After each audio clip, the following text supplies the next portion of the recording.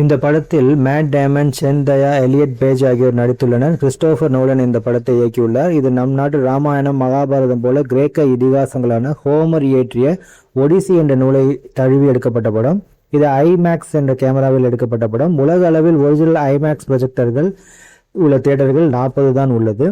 ஹாலிவுட்டில் ஏற்கனவே ட்ராய் என்ற ஒரு இதிகாச படம் வந்தது. அதில் மரக்குதிரையில் வந்த வீரர்களில் ஒருவர் தான் ஒடிசியஸ். ஒடிசியஸாக மேட் டேமன் நடித்திருக்கிறார். இவர் இத்தாகா ராஜ்யத்தை ஆட்சி செய்து வருகிறார். இவர் மனைவி மற்றும் குடும்பத்தை பிரிந்து கடல் பயணத்திற்கு செல்கிறார். ஆனால் பல ஆண்டுகளாக திரும்ப வராமல் இருக்கிறார்.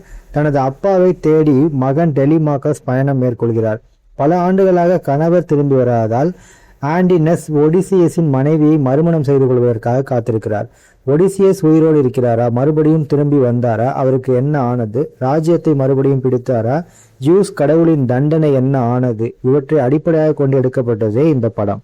இது மாதிரி புதிய திரைப்படங்கள் மற்றும் பிரபலமான திரைப்படங்களின் கதையை மிக சுருக்கமாக கேட்க விரும்பினால் நமது சேனலை சப்ஸ்கிரைப் செய்து பக்கத்தில் உள்ள பெல் ஐக்கானை கிளிக் செய்யுங்கள்.